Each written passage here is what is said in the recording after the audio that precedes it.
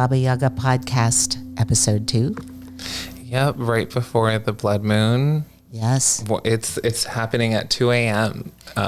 Tonight, so yay! Can I go out in my bathrobe? Is that okay? Yeah, I think that's what you're supposed to do. I wonder how many people will be out in the street at 2 a.m. That could be interesting. I'm definitely going to be working on the logo a little bit more. We have to do button designs. There's just so many things I want to do before the launch party that I'm just like, I don't even know if we're going to be able to do it all, but we're trying.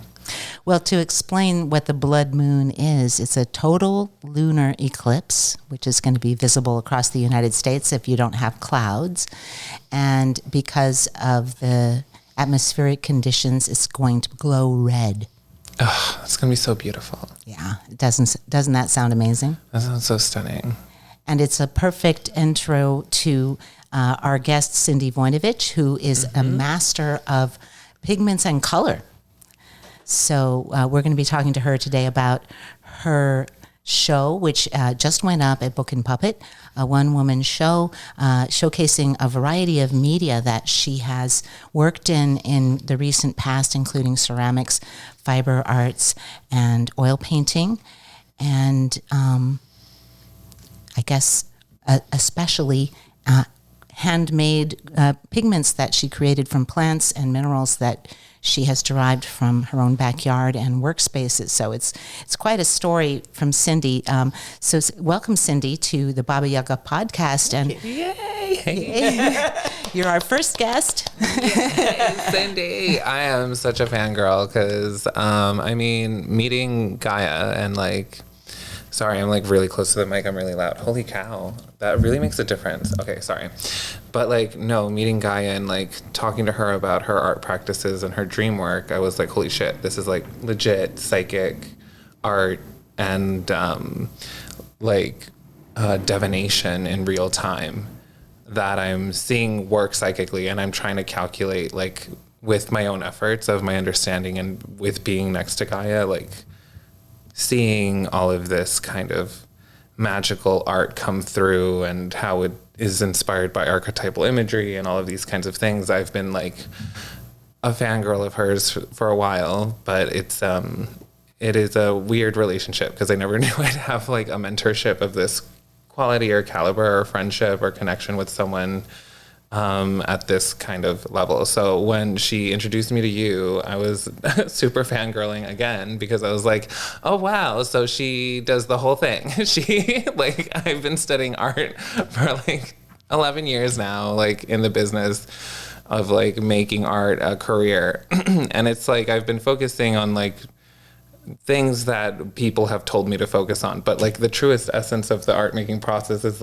your whole life, which is ridiculously inspiring. So thank you so much for being here with us. Thank you. Really, it's truly Well, I had a amazing. fabulous mentor in Jack Whitten, going to school for visual arts, and he really encouraged me. It's why are you using oil paint? Why are you using that medium?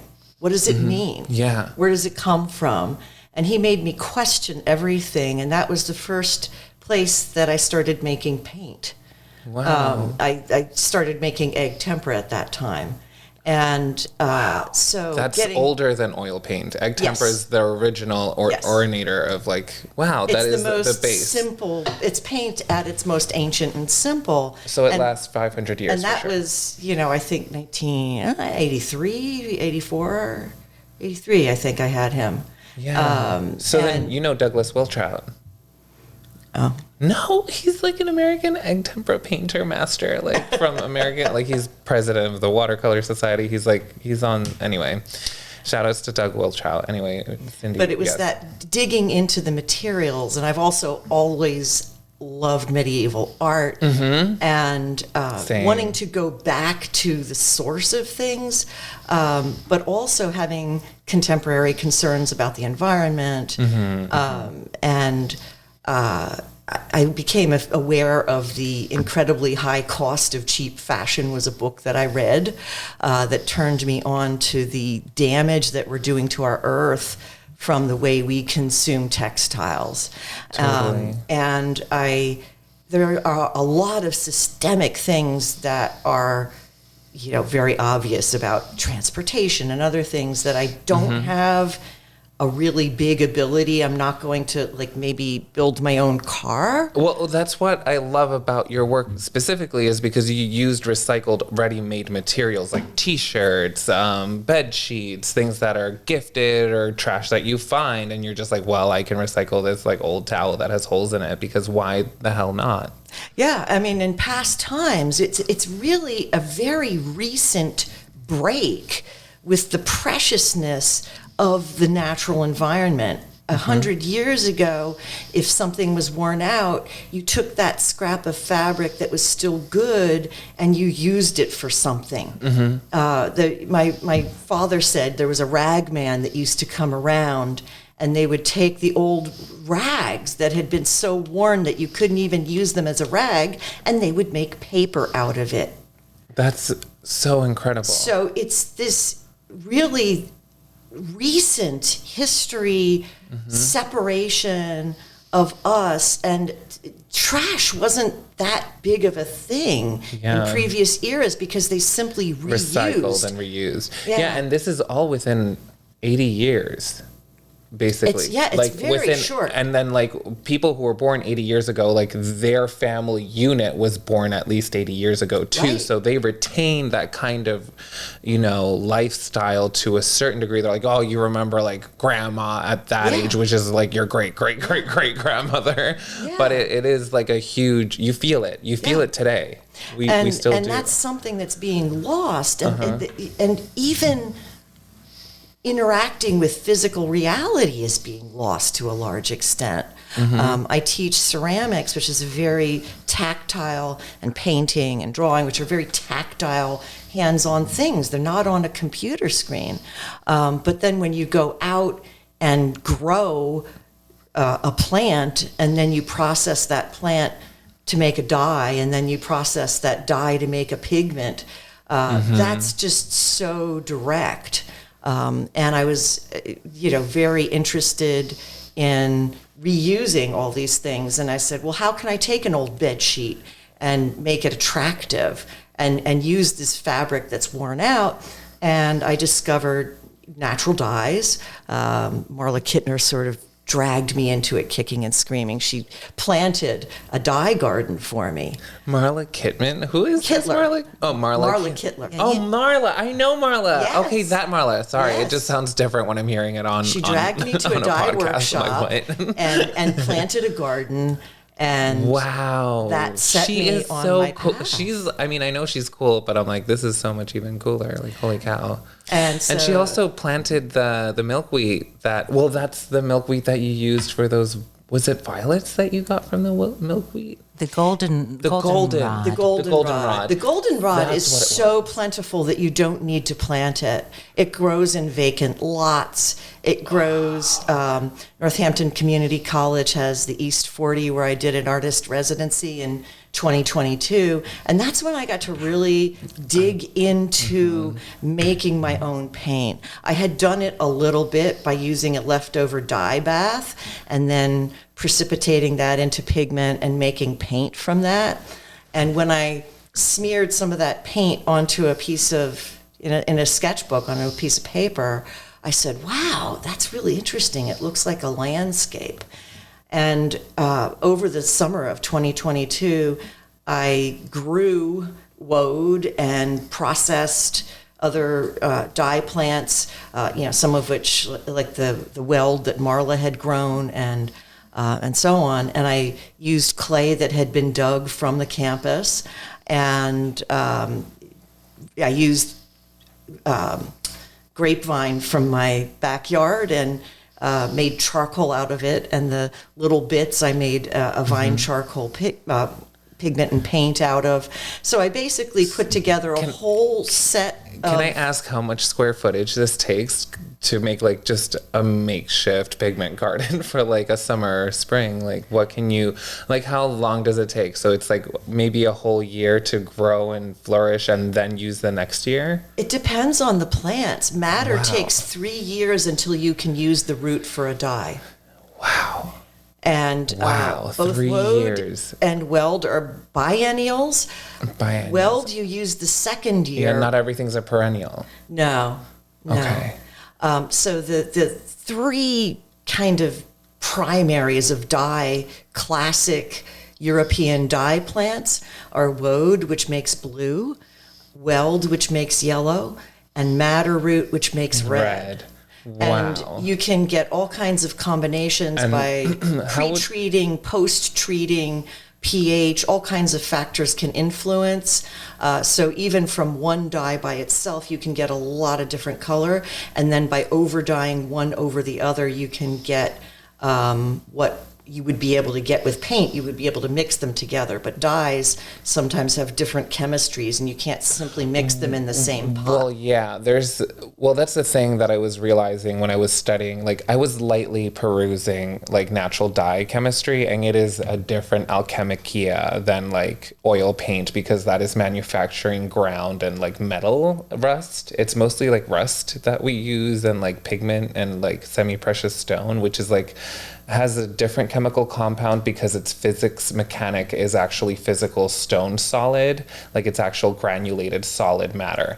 Whereas plant material is like an organism's extract of its like physical body, which is a different phenomena, and it literally has different pH, different chemicals, different tissues, different cellular structures that when they bind and they're mixed into matter, they contain a more, I would say, diverse chemical compound structure in their matter. So like when I was looking at the physics mechanics of like a really complex organism chemically interacting with another chemically, organism, if that interacts with oxygen, it might produce like a turquoise, which is weird because that's like how blood is. Whereas like you have a alizarin crimson, you have a blue, it makes a violet. It's like, duh, it's kind of simple. Like, Cindy, it's really different. Inert. Pigments, yes. That's the word for it. The idea of pigments is that they're not changeable. Yeah. That same material will be that same color 100, 1,000 years later. And woad, which actually is a plant, what you derive from that is actually a pigment, and that's unusual. Most plants, you cannot derive pigment from most plants. I did not know that. Oh, okay. See, because that's where I'm like, when you study physics and light and how light refracts physically off of objects, depending on if that object is a gas, liquid, or solid, it has different physics, vibration mechanics as well. So it's like when liquids are interacting chemically, it's like when it comes to dyes that you're aware of, I don't have that knowledge of those roots. I don't have that. So it leaves me like, I'm like, whoa, this is a whole new branch of chemistry that is beyond like the manufactured chemical paints I grew up with. So Cindy, like much respect to that. Like that's really cool. Can you describe one of these chemical processes that you've been involved with using these materials?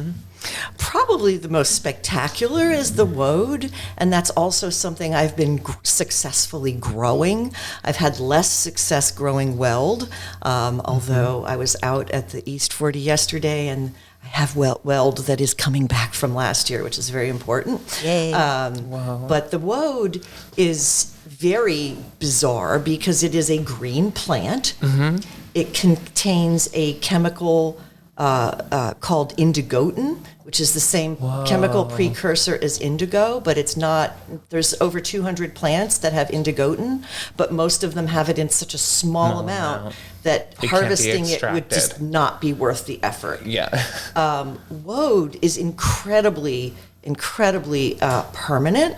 The unicorn tapestries, the Book of Kells, the Très Riche de Duc de Berry, like all these like famous artworks. Sorry, I'm falling in love. Were made with what? Because you speak French. Un peu. A little, come on, but that's so cool. Because this romantic language and its tapestries and its handmade craft have been like kept in record for artisans to use. So this is like, your family has like this kind of knowledge built in. Like not really. Not really. Or I you had sought to this out. Like you went to Europe, right? Wow. I did not. I wanted to do something that I wanted to use materials my ancestors would have used, and those are the materials my ancestors would have used. Those aren't indigenous American plants. So, Cindy, your ancestors are Scottish, right? Yeah. So they painted their bodies with woad when they went into battle. Whoa, that is so badass. So the woad is a green leaf. A green leaf. It flowers yellow, but it makes blue pigment. And there's a really interesting train of procedures between the plant, which you can harvest fresh, and the blue pigment, which is so permanent.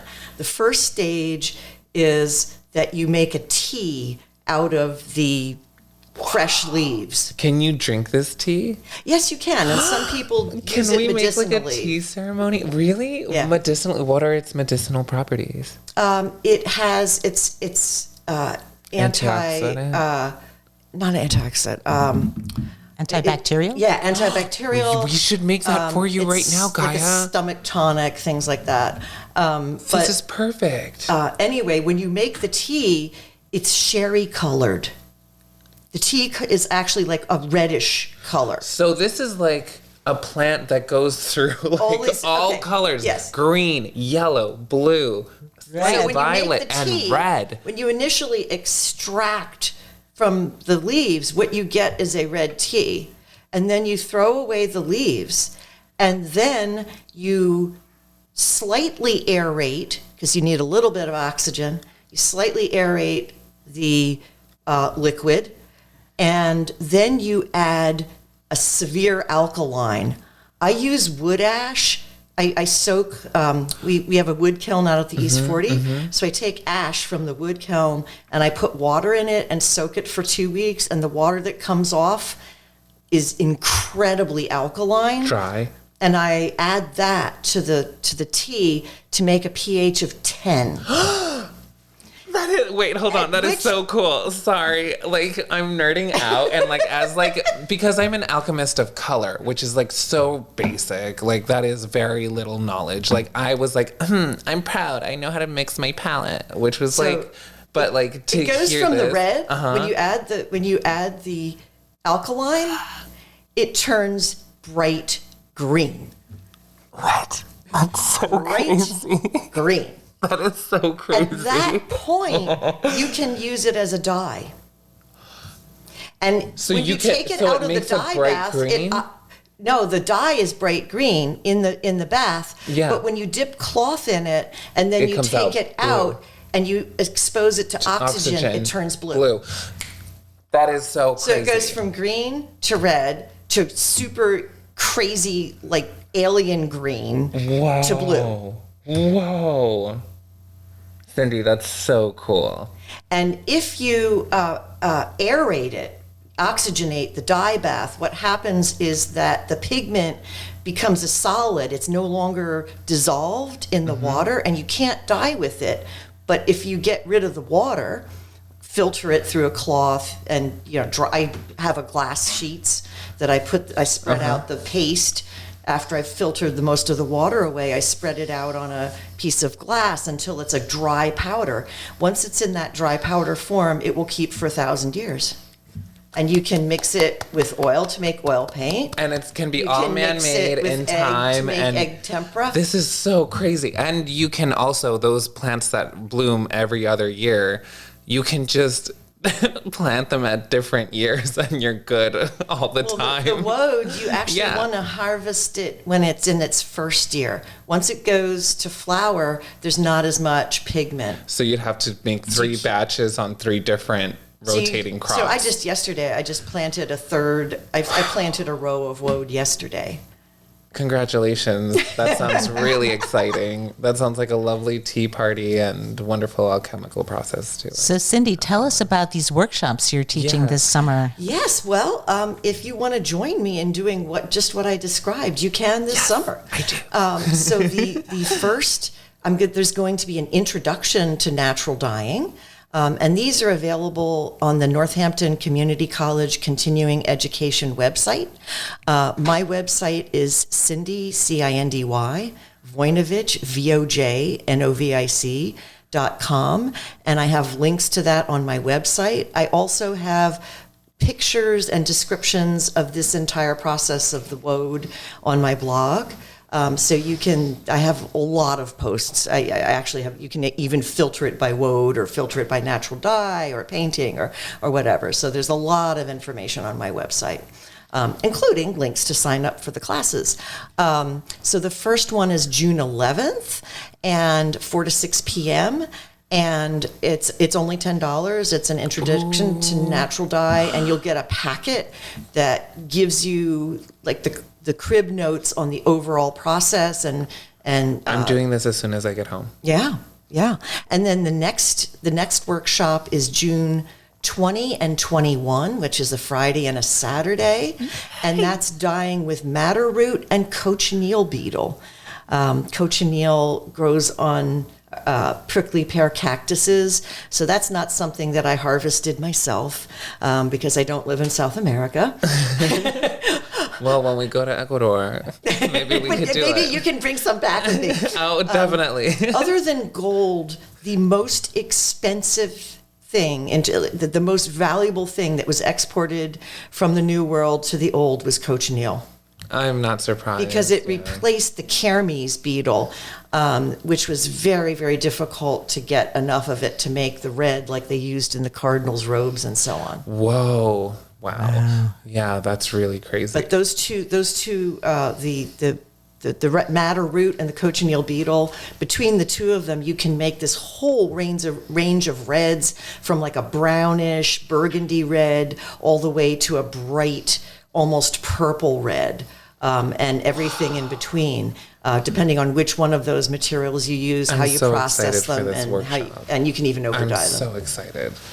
And how much is it for that class? That one is, I believe, it's about $61, something like that. Bad. Because the materials, 2-day class. 2-day class. Yeah, the materials are just more expensive, both the madder and the coat. And I can't, like I said, I can't harvest the cochineal.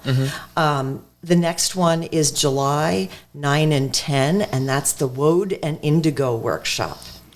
So the first day we'll actually pick woad and go through the whole process. The second day will be indigo, and the woad has a tendency to be not as dark as the indigo unless you keep over dyeing it. So you'll get some really beautiful, subtle, bright colors from the woad, and you can get some darker colors from the indigo, and you can also over dye them. And what dates were that again? In July 9 and 10. So it's a Wednesday and a Thursday. The Wednesday is 4 to 6 p.m.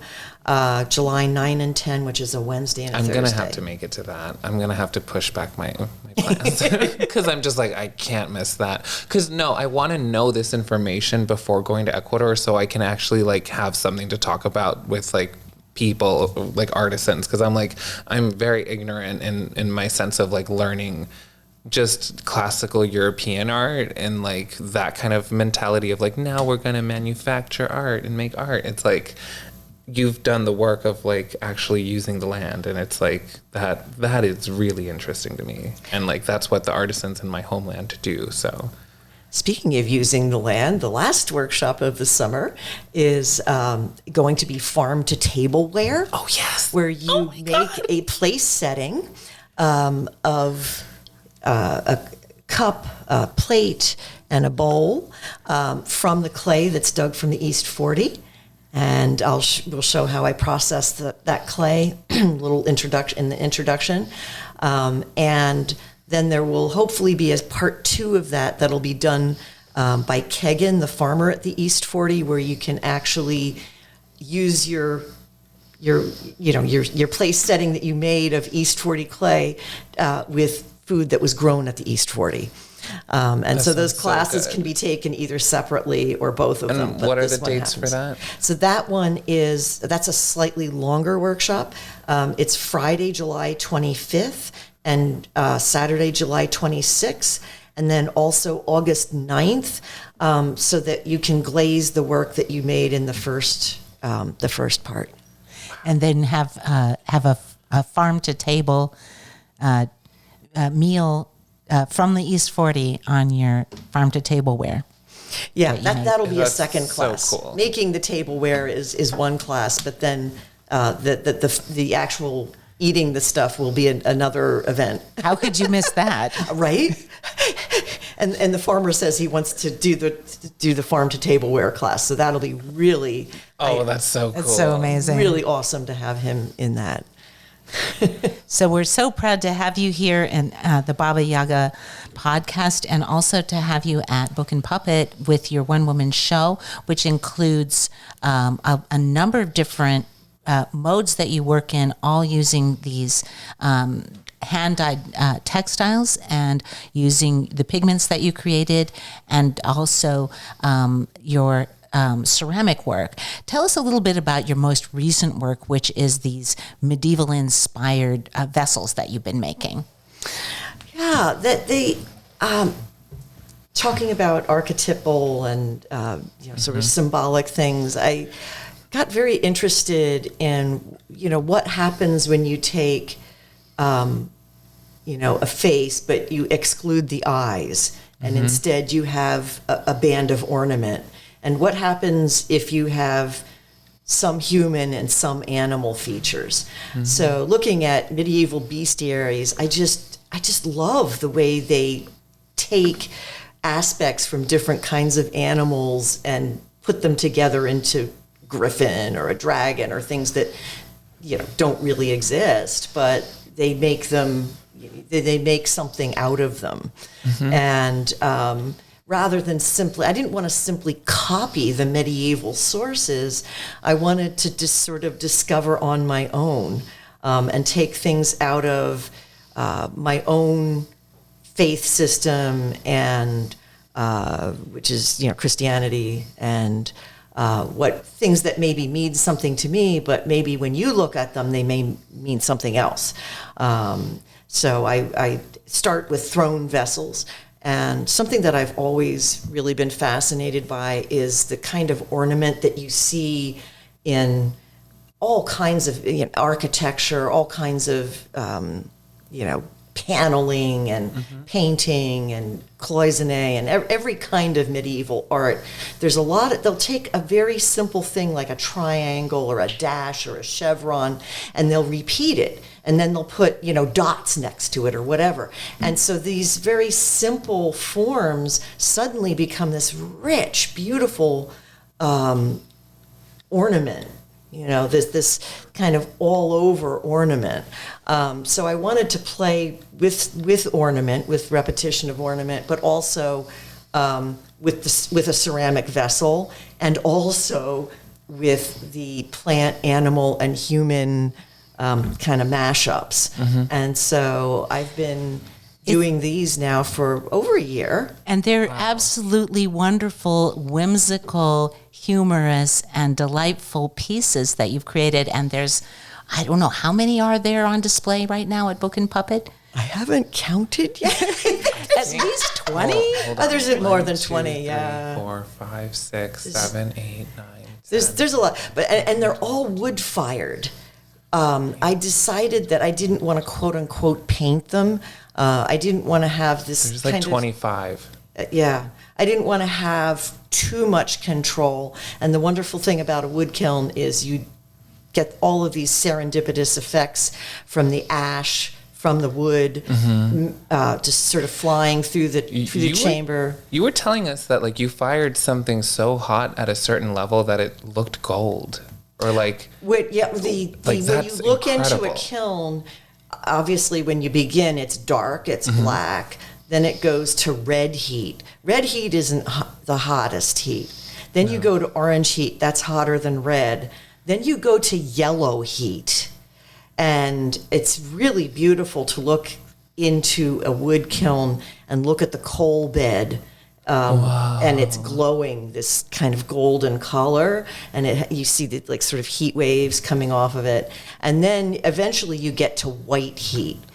So wood kilns, the wood kilns I've fired in, the goal is cone 10, which is supposedly equivalent to 2,385 degrees.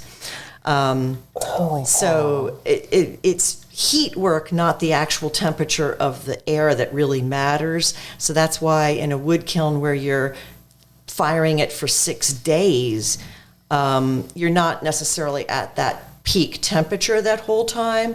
But if you're over 2,000 degrees day in and day out, what happens is the heat literally builds up in all of the thermal wear that's in there, not just the ceramic pieces, the shelves, the props, the kiln itself. So that you can put in the oven and nothing's gonna, it's gonna be like, this is a sneeze. This is a cold breeze. It's oven proof, is what you're saying. Yeah, like, it's not necessarily. The clay has to be oven proof. The kilns, we bring them up and down in temperature very slowly. I was in the Anagama workshop at Peters Valley this past August, and it took 10 days. After 10 days of cooling the kiln, we went in there, and it was brutal hot. I mean, it was definitely over 100 degrees when we went in that kiln to take the pieces out. I bet. After 10 days. Wow. I mean, After that's 10 days. crazy. Well, I mean, I don't know. So 6 days, the temperature going up, 10 days going down. Well, that's a thing. It's like I've never even fathomed producing glazes at that level for a painting because there's no reason to stick a painting in a kiln. No. But Unless you really hate that painting. I mean, hey, maybe you need to burn it. Really need to burn it. The definition of glaze in painting and glaze in ceramics is extremely different. Very different. By about 2,000 and something Holy degrees. cow. But yeah, that's like, but it's crazy to see like that effect produces a golden glaze. So not only do you have the heat. At that heat, different chemical changes, molecular changes like take that's place. That's a thermodynamic physical thing in reality that you're creating and holding an object to produce a chemical change that is a color or glaze. That to me is like, holy cow. It's a lot like raku, the way that these the Japanese is more than 1,000 degrees cooler, and it's like 20 minutes to 2 hours, not 6 days. So it's not anything like raku. Raku is not even food safe because the clay does not get vitrified. It doesn't get up to a temperature where it's impervious to foods being leached into it. So you can't even eat technically off of raku. It's not considered food safe. Whereas the wood that comes what comes out of a wood kiln. So it's a completely different animal. Whoa. It's almost opposite in some ways. You heard it here first. Raku is quick. Wood fire is anything but quick. But the effect of the dappled colors and the different sort of accidental quality of the accidental quality, absolutely. That is similar to raku. The serendipitous effect. It's a lot harder to do, though. I love that. Like, I need to take that workshop. I don't think I'm going to be able to make it in time, but I am going to take it the next. Are you going to do it next year? Is it a seasonal thing? I intend to do these on a rotating basis. I need to do this. Yes. Like, that is an experience I need to have in as the like fall, an art maker. I'll also do a yellow workshop when the goldenrod is in bloom so that we can go out and grab goldenrod and use that in the workshop. That's so cool. So I'll do a yellow workshop in the fall. I can't wait. So I'll be revisiting this next year as well. So you can sign up for these workshops. There's links at cindyvojnovic.com, which is that correct? Mm-hmm. CindyVojnovic.com. And you can also see Cindy's work at Book and Puppet, the bookstore in Easton, which is at 163 Northampton Street. And so we are open every day, and you can come in between certainly 11 and 6, a little bit later on the Thursday, Friday, and Saturday, and see Cindy's work on display there, and you could even buy some. Yeah, please support, please buy, please. I also wanted to mention that there's going to be a loom raising on March 28th from 5 to 8 p.m. That's a Friday evening. And what are you going to be doing at this loom raising, Cindy? Raising a loom. So I have branches that were pruned off the trees in my front yard, and some bamboo that a neighbor was more than happy to allow me to harvest from their property. And I am going to get your help. Everybody, you're meaning the public, anybody listening that wants to come out. People are going to hold things together, and I'm going to lash these things together into a loom, a warp-weighted loom, which the Anglo-Saxons and the Greeks and some other people used to do. The Anglo-Saxons used to actually use the rafters of their cottages as the bar that they attached the warp threads to. And when I first used this loom, I used it in the Madeline Powers Gallery at East Stroudsburg University, and I used the gallery, the balcony rail as my loom bar. And this is gonna be and I wove during that that particular exhibition in 2021. I wove a 27-foot weaving on the warp-weighted loom, and that we're going to be hanging in the gallery as well. Yeah, I'm really excited for that. We need to get that ladder, and there's a bunch of construction we're doing. There's maintenance happening at Book and Puppet, so we're waiting on the timeline to line up. But I'm really we're excited. Actually no, I want to put up make the loom, it's going to be so and cool. I'm going to show how I make the cord out of the old fabrics, and we're going to warp the loom. And I have loom weights that I made from the clay that was dug from the East 40. And so we're going to set up the loom so that it can be woven. And then during the course of the exhibition, you have to follow Book and Puppet and my social media. Get our newsletter. Get the newsletter. And there will be pop-up weaving happening throughout the course of the exhibition. We'll announce that on social media when it's coming up, and then you'll see me weaving on that loom during the course of the show. That's awesome. Well, thank you so much. Performance art a little bit. So Cindy's exhibition, which is called From the Earth. And there's also going to be a video running once we get that set up. So we're still in the process of installing the exhibition right now, but it will be up through about June 8th, I believe. Yeah. And so there'll be plenty of time. The opening is going to be April 26th. So that's going to be the Easton Arts Walk event on Saturday. So you can come by for the opening reception that day. But there's going to be a variety of events that Cindy's going to be generously giving her time for, even though she is also an art professor and doing her own work. So we're very grateful to have her participating and giving the community these wonderful resources. So yes, thank you so much, Cindy. Looking forward to that, and thank you so much for coming to this interview at Baba Yaga. And for more information, you can go to Cindy's website and also stop by Book and Puppet and see the show. Oh, also, and I will put my cards at Book and Puppet. I know people have trouble spelling VOJNOVIC, but there's a QR code for my website on the back of my cards. Perfect. So if you come to Book and Puppet, it'll be very easy to access my website. Excellent. Perfect. And what were you going to say, Arta? Oh, that after the Arts Walk, usually there's a really cool after party at 11:20. So the studio 11:20 usually goes until at least 2 a.m. So, I mean, you didn't hear it here first. You did hear it here first. I don't know if we're going to get a DJ. I don't know what's going to happen, but it should be a good time.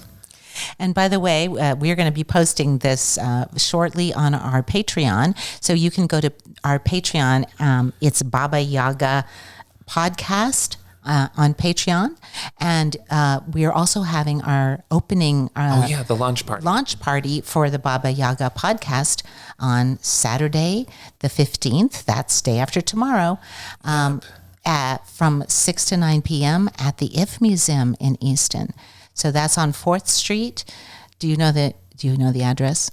No, but it's right next to the Wellness and something corner. Yes, the Wellness Corner, yes. Yeah, right next to the Wellness Corner. And also Jackie Lima's exhibition, which is at 1001 Thai, is happening that day as well on the 15th, this Saturday, from I think 3 to 5. That's right. Correct. Yeah. Yes. So And Starry Stacks is happening at 7 p.m. I'm taking part. I'm one of the iron pour crew for that. Oh yeah. that's tomorrow, right? No, tomorrow we're just setting up. Saturday. Oh, it's Saturday. Is the actual performance art iron pour. They're pouring Moravian stars, and they'll be like held up while they're still molten red. So there's plenty of events happening. On Saturday. Perfect. Much to do. Much to do. Lots to see. Well, thanks again. Thank you, Arta, and thank you, Cindy. And I'm Gaia, and this is the Baba Yaga Podcast. Thanks for joining us. Thank you so much. Bye-bye. Thank you.